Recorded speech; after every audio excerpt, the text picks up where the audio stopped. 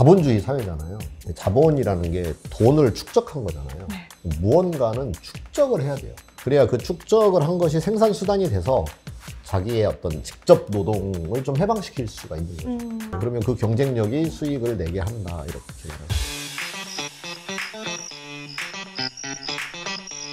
그러면 쿠의 얘기를 듣다 보니까 궁금한 게 요즘에 이제 그런 표현도 있어요. 내가 회사 생활을 하고 어떤 사회 생활을 하는데 거기에 내가 시간을 회사에 제공을 하고 그 시간에 대한 돈을 이제 지불받는다라는 생각이 들어서 뭔가 회사에서 보내는 내 시간이 너무 아까워요 라는 이런 말도 있어요.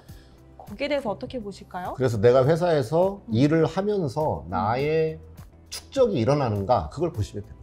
그게 동시에 일어나면 네. 돈도 벌고 나의 가능성도 벌고 두 가지를 사실은 버는 거. 계속 주식을 이렇게 사고 있는 거나 마찬가지 효과나.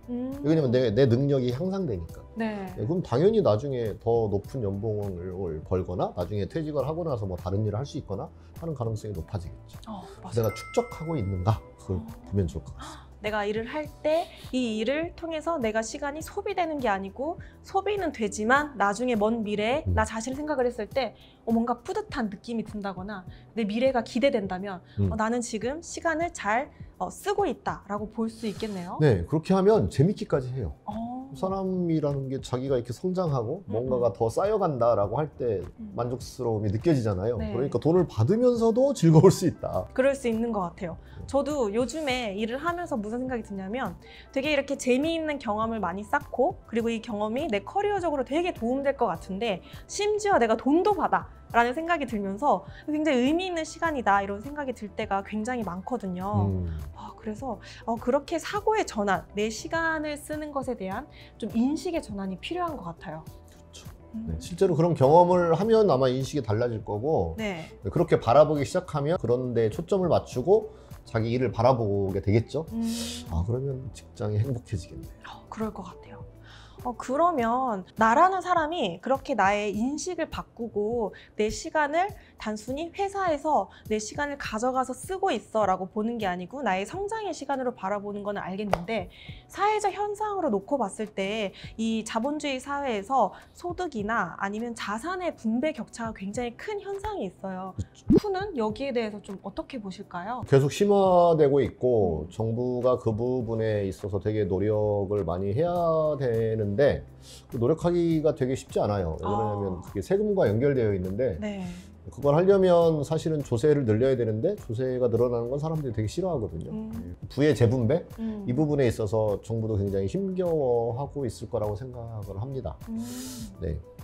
맞아요. 저도 최근에 뉴스 기사를 찾아봤더니 2017년도에도 벌써 이제 소득 상위의 한 20~30%에 해당하시는 분들이 전체 이제 자산의 한 70~80%를 차지하고 있더라고요. 그런데 이게 우리나라뿐만 아니고 미국 전 세계적으로 이런 격차가 점점 커지고 있다라는 상황이라고 해서 이렇기 때문에 우리나라의 뭐 파이어족이라든지 뭐 엔잡러라든지 본캐, 부캐 이런 이야기가 많이 회자가 되고 있는 것 같아요. 저는 크게 두 가지로 보고 있는데요. 하나는 이제 광고입니다. 광고를 하면 회사가 이익일까요? 소비자가 이익일까요? 예전에는 우리 제품 이런 게 좋아요, 우리 서비스 이런 게 좋아요 라고 해서 알려주기 위해 가지고 회사에게 이득일 것 같았는데 요즘에는 좀 소비자들이 더 많은 정보를 알게 된다. 그래서 소비자에게 더 이득이다. 이렇게 저는 배웠던 것 같아요. 그런 면이 있죠. 네. 그런 면이 있는데 돈을 누가 더 많이 벌까요? 회사가 훨씬 많이 벌지 않을까요? 그죠? 네. 회사가 광고비를 투자를 해서 돈이 벌리지 않는다면 광고를 하지 않을 거예요. 맞아요. 네, 물론 간혹 실패하는 사람들도 있겠지만 대체로는 광고로 인해서 회사가 더 유리해지는 거죠. 그러면 돈이 어디로 가겠어요? 회사로 가겠네요. 들어오죠? 그렇습니다. 그러니까 격차가 벌어질 수밖에 없죠. 우리는 열심히 돈을 벌어서 계속 소비하는 데 쓸 수밖에 없어요. 그 다음에 또 한 가지는 자동화예요. 자동화라는 게 이제 인공지능 로봇만이 자동화가 아니라 공장에 있는 수많은 시설들은 다 자동화 시킨 거죠. 네. 아주 옛날에 보면 이 컨베이어 이 벨트부터 자동화잖아요. 맞아요. 물건이 여기로 자동으로 오는 거니까. 그러면 이 물건이 여기서 여기까지 손으로 들고 오지 않고 자동으로 벨트에 의해서 오게 한 것. 이게 자본의 힘이죠. 돈을 써서 투자한 거잖아요. 그러면 돈을 누가 많이 벌겠어요? 그 돈을 투자한 사람이 투자했고 벌겠죠? 회수할 회사가 많이 벌겠죠. 네. 그러니까 돈은 계속 회사로 흘러 들어갈 수밖에 없는 구조인 것. 그래서 네. 이제 극한 자본주의 이런 얘기가 들리고, 그 다음에 이제 개인의 관점에서 보면 열심히 회사를 다녀서 이제 돈을 벌었어요. 네. 돈이 좀 모아졌어요. 그럼 뭘 할까요? 더 좋은 차를 삽니다. 그쵸. 네. 그 다음에 그러면 이제 뭐가 생각이 나겠어요? 스마트폰? 새로 나온 스마트폰을 바꿔야 네. 되죠. 그래서 우리는 네. 열심히 돈을 벌어서 어디에다 갖다 주겠어요? 다시 회사에 갖다 주는 기업에 갖다 주고 있군요.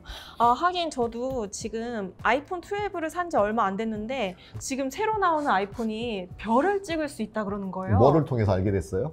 아, 광고를 통해서 알게 됐네요. 네, 맞아요. CF나 그리고 주변에 보면은 얼리어답터 분들이 있으시잖아요. 그분들이 블로그 같은데 그렇죠. SNS에 쓰신 글을 보면서 알게 됐어요. 네. 별을 찍을 수 있다. 그래가지고 제가 주변에 "헉, 이거 사야 된다.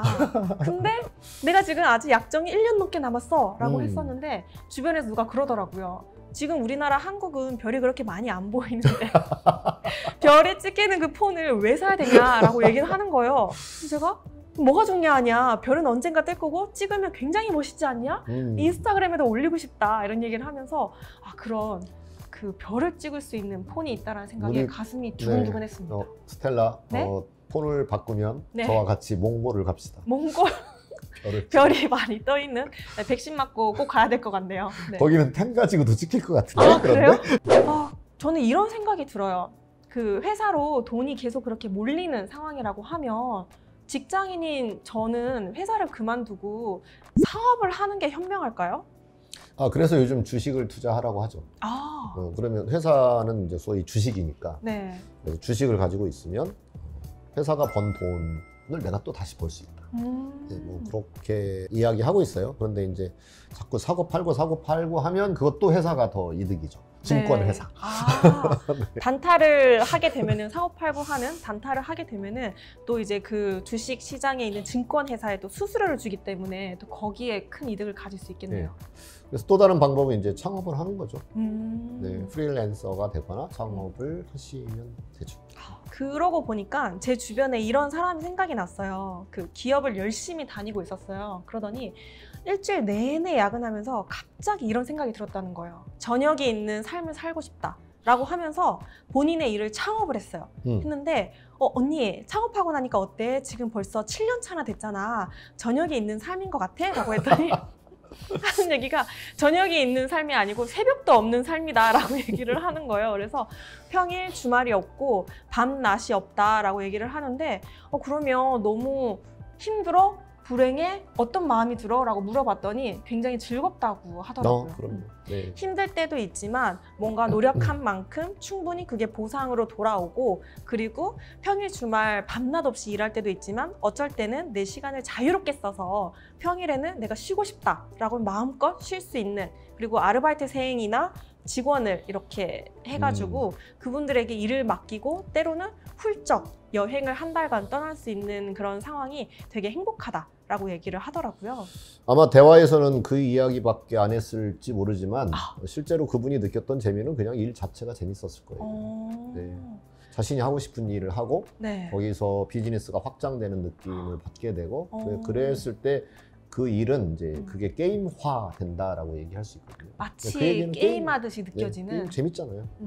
이 일도 게임이다. 똑같습니다. 속성은 똑같은데 강요되느냐 아니면 어쨌든 어떤 여러 가지 이유가 있는데 오늘 그걸 다 말씀드리기는 어렵겠지만 일 자체로는 똑같다. 본질은 똑같다. 근데 재미있느냐 재미없느냐 이게 차이가 있을 수 있다. 근데 게임도 재미없는 게임이 있잖아요. 네. 억지로 막 해야 되는. 옛날에 무슨 뭐 지능 게임 이런 거 하려면 너무 힘들고 재미가 없는 맞아요. 거 하다가 안 하죠. 일도 그럴 수 있거든요. 근데 어떤 것은 일인데 재밌을 수 있거든요. 맞아요. 아마 그분에게는 그 일이 게임처럼 재밌었을 것이다. 자체가. 그러니까 쉴 수 있어서도 좋고 돈을 벌게 되었어도 좋겠지만 네. 일 자체가 주는 재미도 그에게 틀림없이 있었을 거라고 봅니다. 표현을 할 정도로 본인이 인식하고 있진 못하지만은 어떤 무의식 속에 그런 일에 대한 그 자체 즐거움도 충분히 있을 수 있다라는 말씀이시죠? 그렇죠. 뭐 전문 용어로 네. 내재적 동기. 내재적 동기가 있다. 네. 네. Intrinsic motivation. 이런 네. 말이죠. 머리 아파. 영어까지 나왔네요. 네. 8천만 원을 찍고 나면 그 이상은 나의 행복을 늘리는데 크게 영향을 끼치지 않는다. 뭐 이런 통계 수치가 있더라고요. 그래서 결국은 어떤 경우에도 그 최종 선택은 개인의 몫이고 주어져 있는 것이 젊은이다. 그래서 방황하는 20대일 수밖에 없는 그런 면이 있어요.